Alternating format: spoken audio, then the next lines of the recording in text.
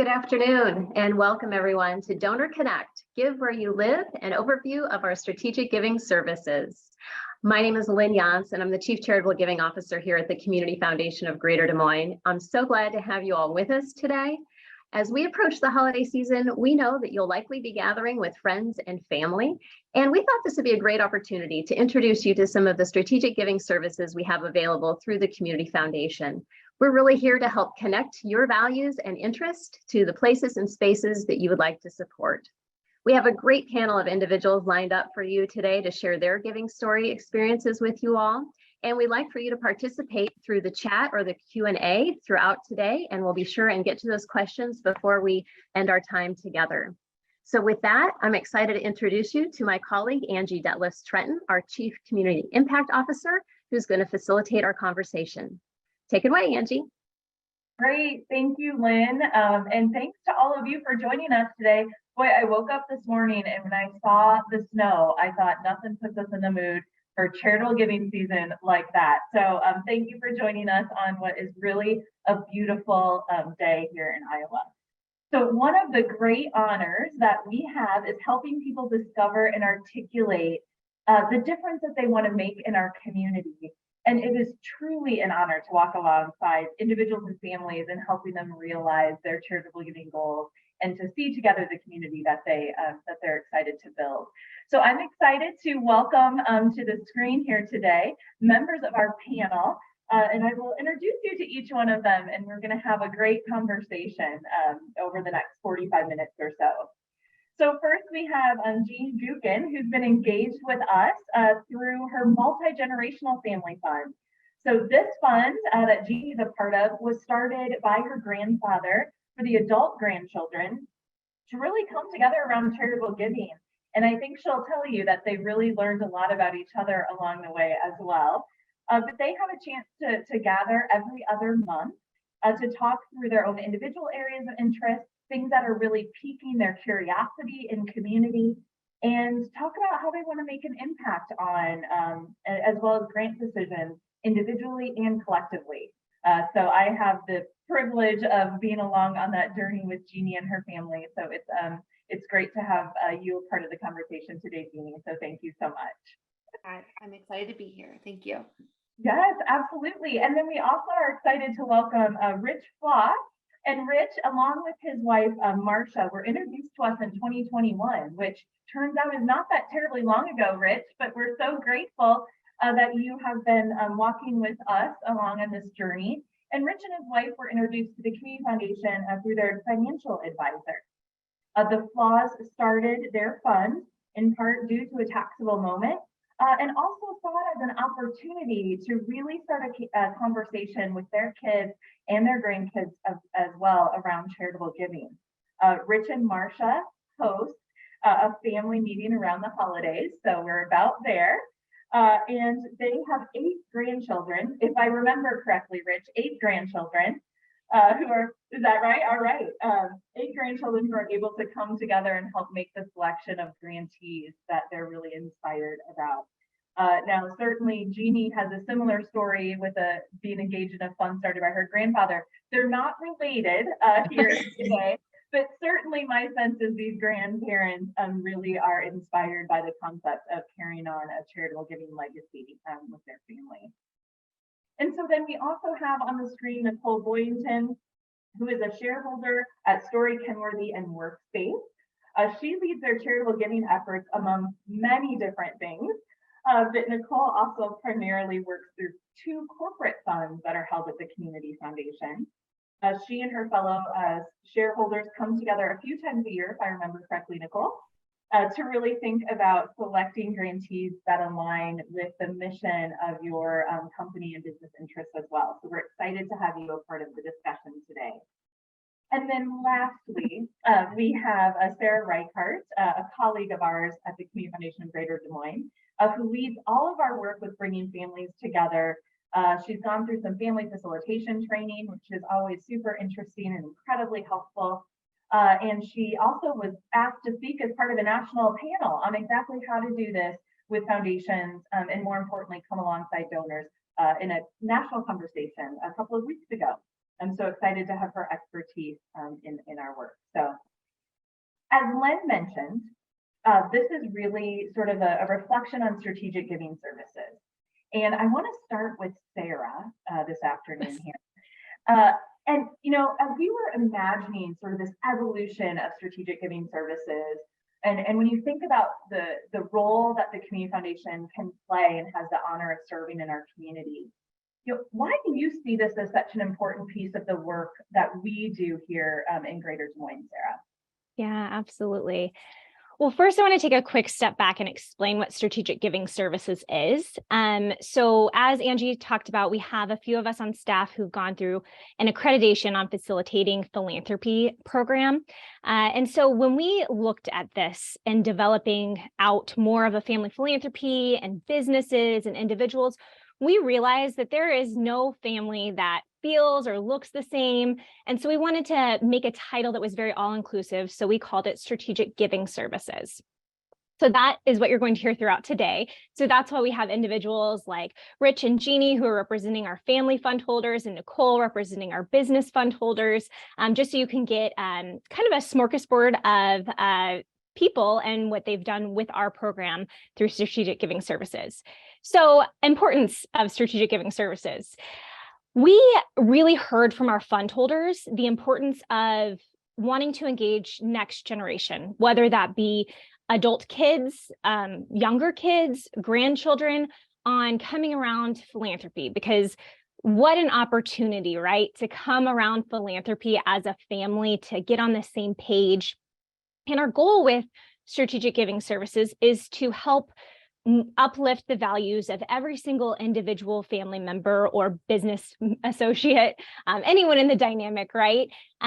Lift up those values, but also uncover some areas of interest that everyone might have in common and help facilitate finding out different organizations that you might already be very aware of and support, or maybe would like to learn more about. So that's one of the important issues, is again, bringing those successors together, that next generation together around such an incredible topic.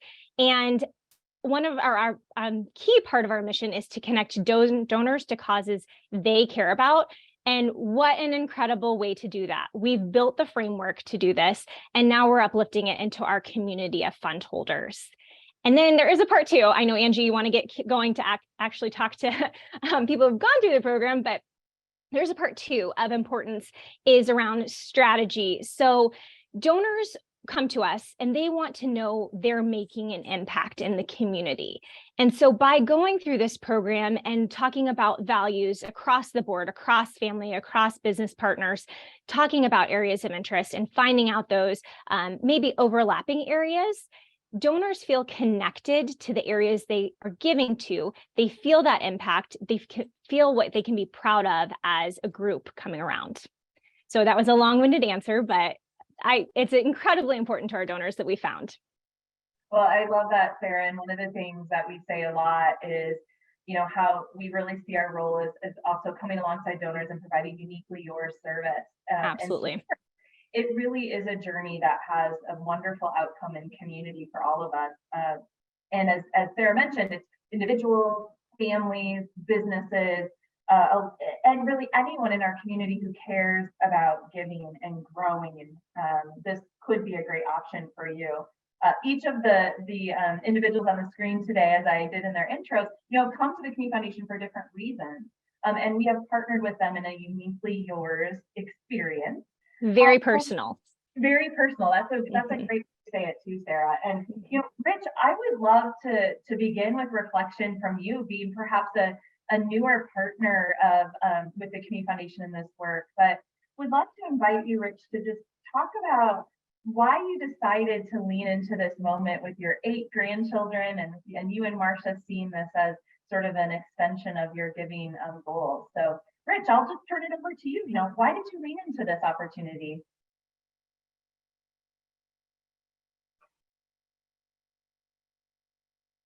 Let's see. Let me see if I can get you to unmute. Sometime. There we go. How about that? Yay! Thanks, Rich. Well, about 2 years ago, my wife and I were talking about charitable giving, And we were looking for a way to get our family involved, and especially our grandchildren. We're really fortunate that we're committed to Central Iowa. Marcia and I are both raised here. All of our adult kids have settled here. All of our 8 grandchildren are close to the Des Moines area.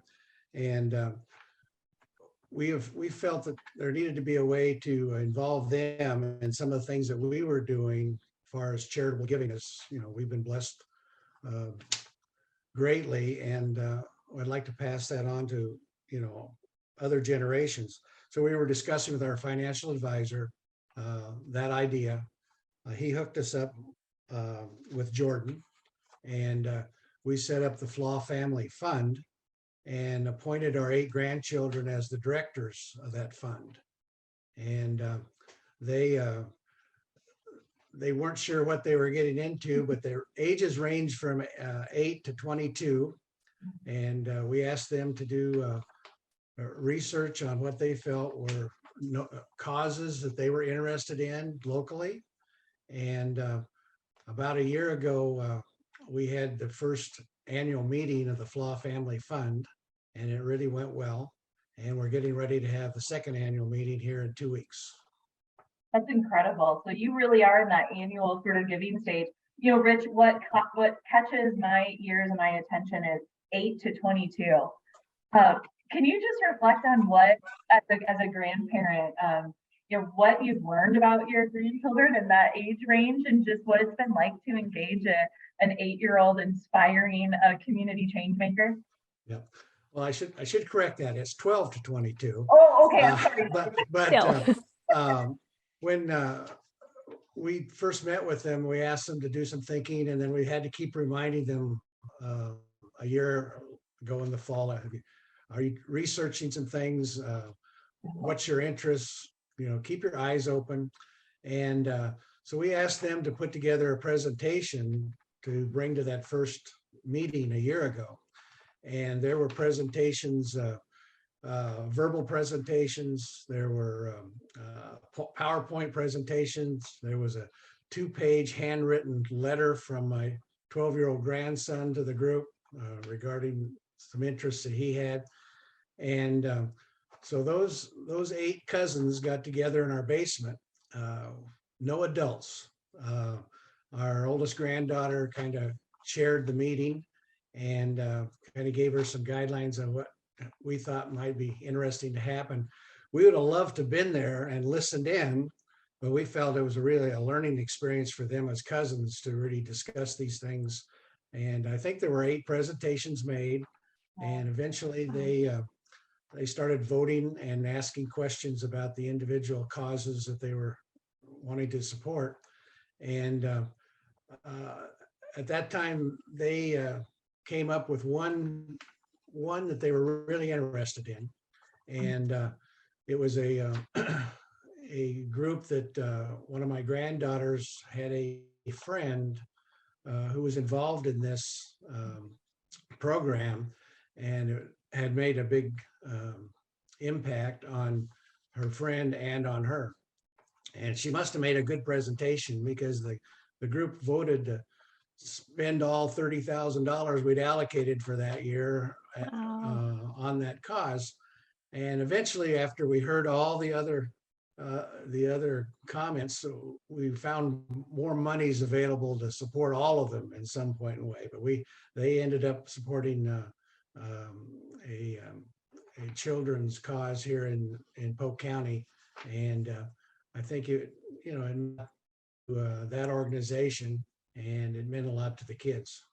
Oh, absolutely. I love the structure that was there, but the flexibility to help them meet and grow in their own individual charitable giving journey too. I imagine that was quite something to see them emerge from the basement from their cousin conversations. Rich, I thought that was quite inspiring too. Yeah, they were very excited, and then they were talking about it. Of course, we didn't hear all the comments, and Right, we would have loved to, but we felt it was kind of important that they work among themselves, and I think it was a very educational experience for them. They wrote up a little summary of the meeting, and we're going to keep board of directors minutes book and have some records of what goes on down the road. That's wonderful. Well, and Sarah, that makes me think about, again, every family is different in terms of how the Community Foundation can come alongside them. And I'm smiling just thinking about what it must have been like in that basement room, in Rich's family. But Sarah, can you talk a little bit about sort of the ways that our staff team can support families like Rich in their quest to create some structure, but also to remain nimble to help them imagine their giving in the future? Spot on, Angie. Nimble, personalized, everything is so personalized. Traditionally, I talk with whomever is asking for this meeting ahead of time to kind of customize the layout. But it all comes down to values, interests, and legacy. And so just to give you a high level overview of what we would call a traditional meeting, again, everything's so personalized, so we pick and take. We gather together either in person, over Zoom. I'll tell you, Rich's family is all around the central Iowa area, but Jeannie's family is not. So we gather over Zoom because they're across the United States. So it's always an option to do that. And then we start out talking and reflecting about the past. So what you've inherited, and that doesn't mean necessarily financially, that means life lessons that are important that you want to make sure to talk to the other family members about, things that have impacted you personally, maybe experiences. I've had people talk about their ancestry, coming over and knowing that they're Irish, things like that have impacted them. A lot of the times I like to steer that towards philanthropy. So anything that you've seen your parents do or your grandparents do, maybe volunteer, maybe give financially, that type of thing, or not. It's always different. And then so we've reflected on the past, and then we move into currently what motivates you today in your decision making. And we go through some exercises to help pinpoint those down to normally around 3-ish values. Again, we have a system to be able to help come alongside and bring out those types of values that motivate those decisions. We talk about them as a family or in the dynamic that we're in. We pause for a minute, we connect those two, and then we move forward into looking at the future, what the legacy for this family or dynamic is going to be. So we come together and we utilize what we call legacy cards. They're visuals, they're pictures, and what's incredible is everyone has a different definition of what they see on these pictures. Some families pick the same, but then again, I'm there to help connect all of those. So the past, the present, and the future around that giving, and help facilitate moving forward in the process. Well, and I love those images, I think, help people consider where they see themselves, both currently, and then I also like your reflection on seeing themselves in the future too. And then they start to really understand sort of how that connects their own individual interests and the values that they have as an individual giver, which I guess is, Jeannie, where I'd like to maybe go with you a little bit. As I mentioned at the beginning, I've just had it's truly been this pleasure to be alongside. I have been able to be in the basement room via Zoom. To visit with you and your cousins, who, as Sarah said, are across the country, which is super exciting. But what has that experience been like for you around the virtual table with your cousins, Jeannie, and learning more about each other? What's it been like? Yeah, it's been really, really special. Like you mentioned, that all of my cousins we have about 5 in this group, but with my grandparents joining the Zoom calls too, but we live all over the United States, but we all grew up in Des Moines together, and we've always been really tight knit. So it's just been really fun to kind of dive into what our values and passions are, and get to learn about that level, not just, the fun getting together over the holidays now and seeing how things are going, but really talking about, the communities that we want to serve and get to do that. So that has been really awesome. And Sarah, you kind of touched on the legacy cards. I have them right here to show everybody because I was thinking about it, but they're like, they come in this stack, and then they just have a ton of different pictures on them. And so that's what we started out with. So it was really, when we first started, you know, I didn't really know exactly what to expect, but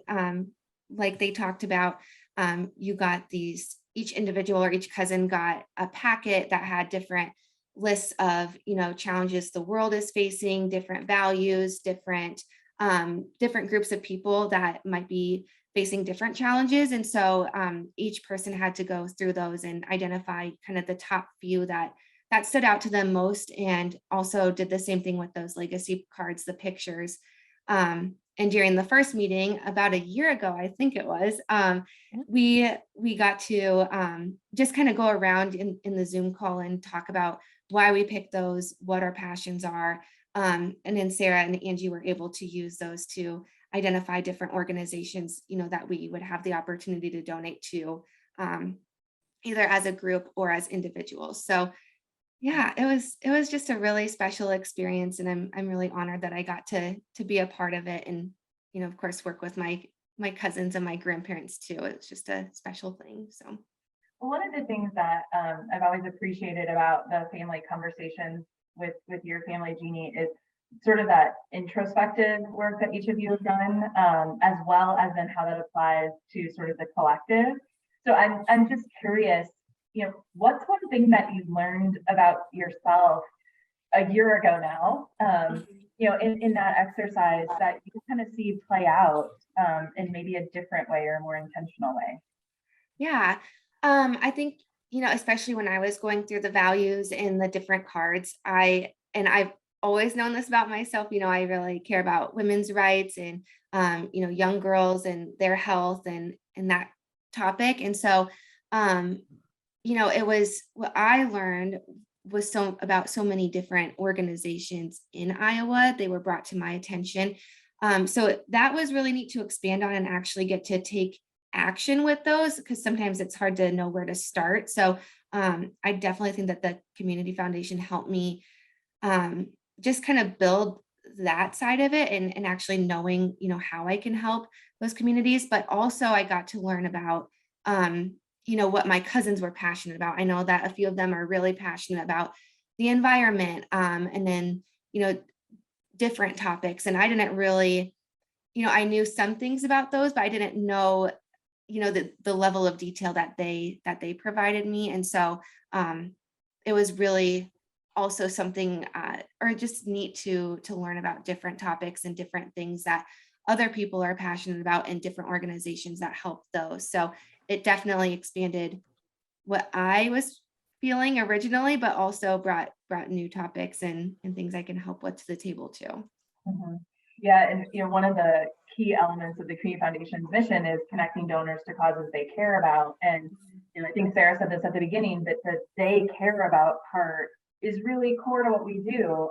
And you know, Jeannie, that was a great reflection, because you know, the more that we are able to know about where you feel compelled and driven or challenged, you know, the more that we can help make introductions. And that's one of the really exciting things about something like this, that you know, there are lots of organizations out in our community doing amazing things, and helping you find something that you can really put your passion into action is always exciting for us. But that sort of leads me to another key piece of a lot of our strategic giving services, and that's really, you know, helping the family take all of these ideas, the values, the interests, the passions, and sort of how do we create something that is a guidepost for your giving.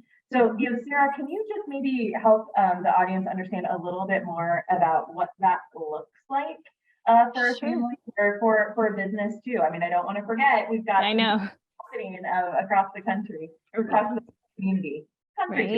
Right. I love the giving guidepost. I love that. I'm going to use that.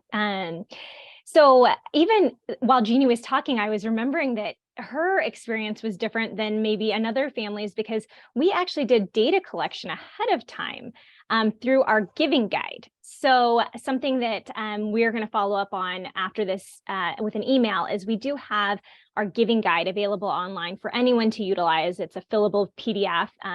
We can also send mail hard copies out, but that's what Jeannie was referring to, is she was filling out some, for lack of a better way to say it, data collection, and all of the cousins sent it to me, which I compiled it. So it was kind of anonymous almost. And I made some word clouds so they could see how they overlapped. So that is something that is a follow-up to helping kind of funnel in to making sort of a mission statement, a charitable mission statement, or giving guideposts. I know we have all different types of family mission statements. Some families stick very strongly by an opportunity will come to them, a nonprofit reaches out and they look at their mission statement and they say, unfortunately, this doesn't fit in what we have designed as a family. Others have giving guidelines where they try to help flow, and they revisit those every year.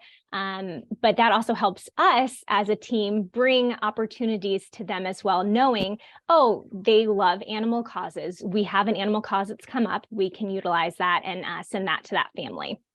So yeah, so we have those giving guides. We help funnel in with the mission statements or giving guideposts, as Angie has now coined for us. And it's just a fun experience. We work with alongside the family. We really take their words and not try to change their words, because that's really important to reflect back on what the family says. Yeah, and some families have great ideas and examples of exactly what they want to impact, or a great structure in place. Like I love the example that Rich, elevated for people to consider, having each individual person bring something and articulate the why behind that, I think is incredibly powerful as well.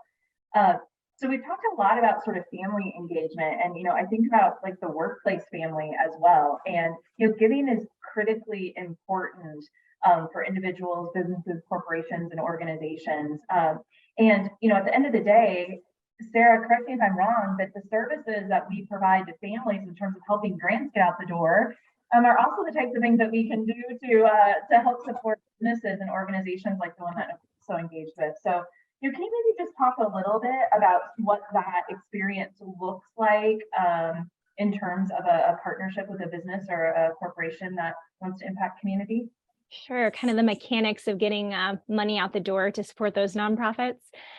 Yeah, so we offer a whole plethora of services. We are truly here to make giving easier for you and your organization or your family. Like that is our goal across the board. That's why I love working here, that's our main goal, right? Is to support the community and help it make it easy for you. So we do have an online portal that you can go and send out the grants on. You can check your balance, just all types of things on there. It's a screenshot of your fund. Truly, if you think about online banking, this is your online charitable banking portal. We also have staff members for each fund. So every single fund has someone with a picture that you can call directly. You're not going to be waiting on a line for them. So we do have staff members assigned. We help identify and verify, which is important, I found, charitable organizations for our donors. I can't tell you how many phone calls I get asking if a charity is qualified to receive distributions, if they're a qualified 501c3, and we do that research for you. Every grant that goes out the door here has 3 sets of eyes on it ahead of time, verifying that it is okay to go out the door. To get to that charity of choice. And then I guess the last thing I would want to uplift with the mechanics is the ease of tracking. And I know Nicole will probably talk to this because we've talked in the past about it.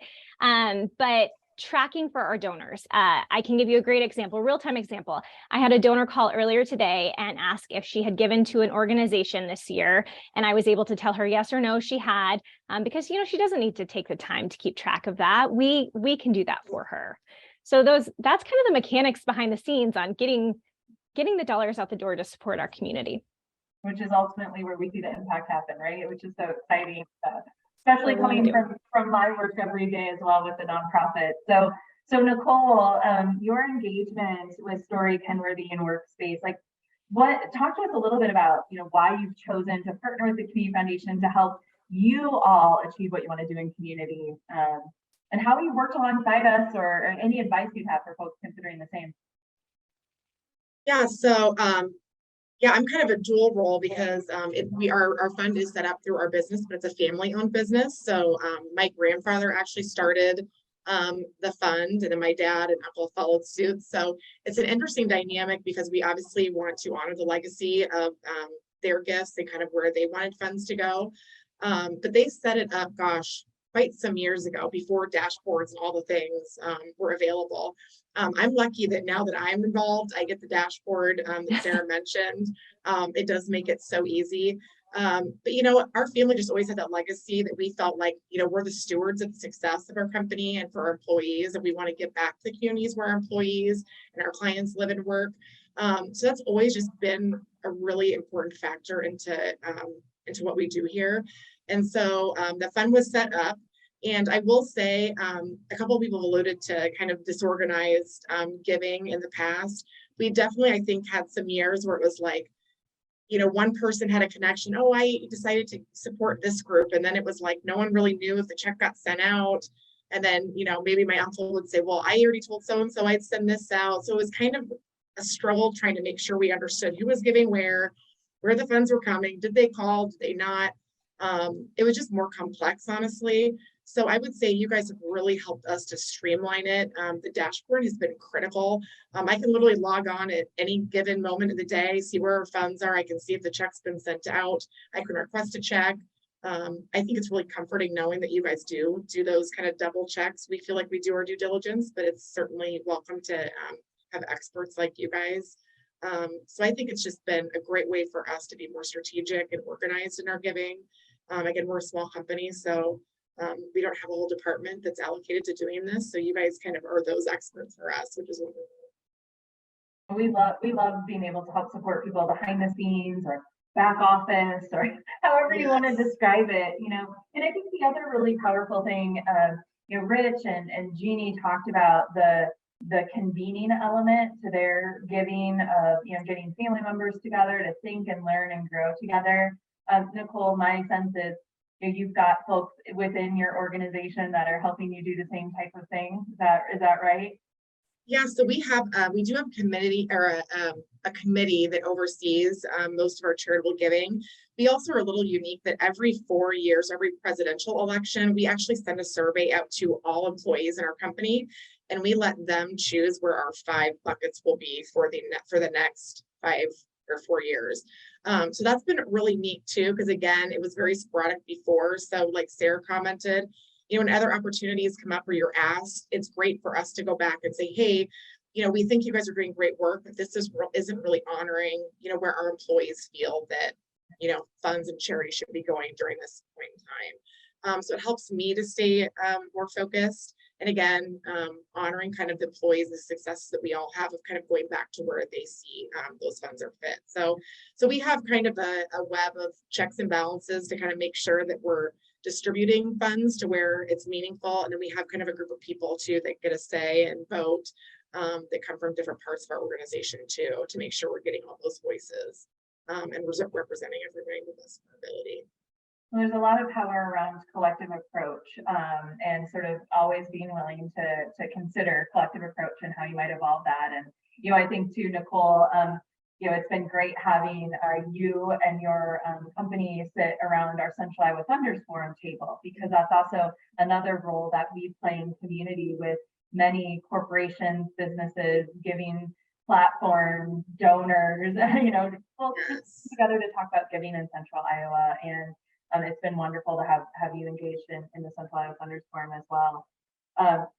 You know, Sarah kind of alluded to it a little bit too, that, you know, it's truly this wonderful experience as a staff member of the Community Foundation, being able to come alongside individuals, families, and businesses. And our team, so my team is the Community Impact team. We work on the dollars out or the resources out of the foundation. So supporting nonprofits, helping to connect them to one another and across community.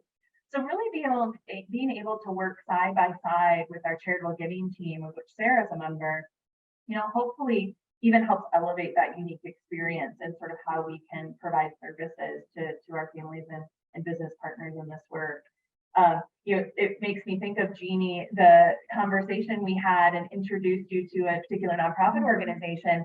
And I think your professional life started to also weave in a connection point, am I right? Yes, that's right. Yeah. One organization that my family chose to donate to was the Iowa Homeless Youth Center, or IHYC. And so Sarah and Angie brought in the director, Toby, to one of our Zoom calls. And I guess I'll start out. I'm a recruiter at Palmer Group, and basically Palmer Group helps people find jobs, in the Des Moines metro. And but another thing that we do, and as like a recruiter, is build the skill sets of job seekers. So we might work on resume building, or how to prep for an interview, that kind of thing. And Toby from IHYC was explaining that he was starting a project called the Rooftop Garden Foundation, I think is what it's called. And basically it's a 12-week program for youth members 18 to 24 to do this, to work part-time in the gardens while also taking classes, for anything from financial literacy to job seeking and preparing for that. So basically Palmer Group and IHYC are now partnering together on that curriculum for the program. And then members of our inclusion committee at Palmer Group are now will be volunteering to teach some of those classes too when those start up next year. So yeah, it was really, really neat to be a part of both sides and be able to partner, two organizations together to, that specialize in those skills and help the community too. Yep, thanks for sharing that. Nicole, I was thinking about when you were saying it's been sort of a family to business connection. It's like sometimes there's a family back to, or a business back to family, and there's back and forth all the time. How we leverage that cross community is really exciting. So thanks for sharing, Jeannie. Boy, we're almost the end of our time already. I love flew by. Reflections. I know it. So as we wrap up, I would really just love to invite each of you to either, I'll let you choose, either one, share something that has been an impactful memory for you about your experience with strategic giving services, or what advice would you challenge guests today to consider in their future giving? So how about I go, Nicole, I see you're off mute here, so I'm going to toss it to you, Nicole. Hard one. Gosh, I could go two different ways with that. One thing I didn't get to touch on that I'm just grateful for your services. I think connections should be front and center. It can be overwhelming when you're like, gosh, there's a lot of issues and ways that we all probably want to improve our community in the world. And it's like, where do you start? So you guys have been such great connectors in that, and understanding kind of where your needs and your desires, your goals are, and kind of saying, hey, have you met so-and-so, or this group would be great. Or, hey, Jeannie and Nicole, you guys both have funds. You guys should chat about how you're doing that. Those connections have been really meaningful and powerful for me. So I think that's something that I think is huge that you guys offer to everybody. Advice I'd give, start small. I think just what's awesome is just start with your families, or maybe a core group of ownership or employees that you're, where you guys work, that have kind of like-minded spirits that want to give and make communities better. Just start there and say, let's start with one gift, a small gift, but let's maybe dip our toe and start small, and you can grow to that. But one step forward is better than none at all. So I just encourage everyone just to take that little baby step, whether it's your corporate or family, and do what you can. That's great. I love that. Just start, right? Yes, just start. You can't take a wrong step so long as you're having. No, not at all. That's great. Thank you for that. Rich, what about you? What would you like to offer as we wrap up today? Well, I see it as a growth process for our families, and multi-generational growth, actually. And when you think about it, whether in the cousins group that we have, they're junior high, senior high, college age students and kids. The last thing in their mind is nonprofits and what do they do? And this is a way for them to open their eyes to other organizations within their community that are doing great things. And without some mechanism to kind of force them into that process, they may just forget about it and not become a priority. And we hope that it does become a priority for them. Yeah, I love that idea. The structure and sort of the right sort of environment to allow them to grow. And your grandchildren, Rich, are the folks that we know are going to be leading so many things in community, and it's really exciting to see you investing in them, to invest in community. So that's wonderful. I love it. Jeannie, how about you, Jeannie?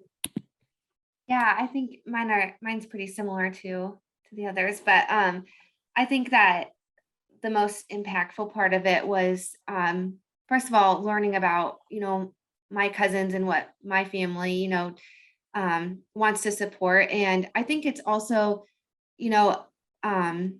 for me, it's been, there's always stuff on the news. You're always hearing about things you want to help, but again, it's just not knowing exactly where to start. And so this really helped me grow in that sense. And also, even if we didn't donate to, if we chose to donate to a different organization than another that was brought up in one of our meetings, now I have that knowledge of that organization and I can recognize that. Or if I see something around the community that is talking about that organization, I know what they're talking about, and I can support them in that way too. So it was just, I think that's the biggest thing. I feel like the Community Foundation just gives you a place to start and kind of a sense of hope too, that, there is a way to help in your community, even just getting together with your family and having fun while doing it too.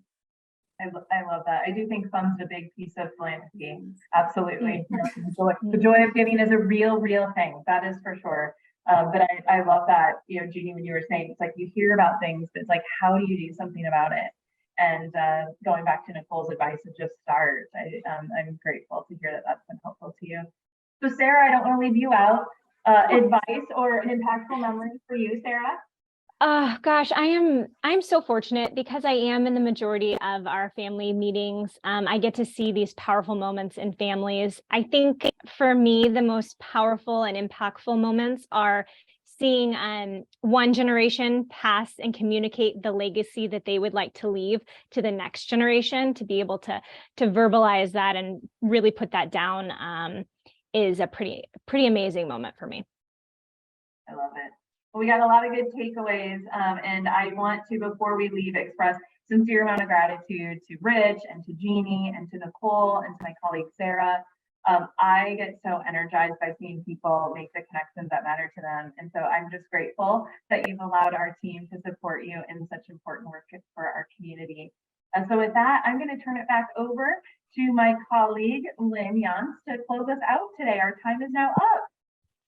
Great. Well, thank you all to all of our panelists. You have definitely inspired us to begin writing our charitable giving stories. Special thanks to Angie and Sarah for continuing to share your expertise with our community. I hope that all of you today were able to hear a little bit more about how our team is here to provide some structure as well as some simplification and flexibility to your charitable giving. And as Sarah mentioned, in follow-up to today's session, we will be sending out an email which will provide you a link to Give DSM. Again, as you're heading into your year-end giving, we want to be sure that you know this is a resource for everyone, including those who have a fund at the foundation and those anywhere across the country who are interested in supporting our greater Des Moines community.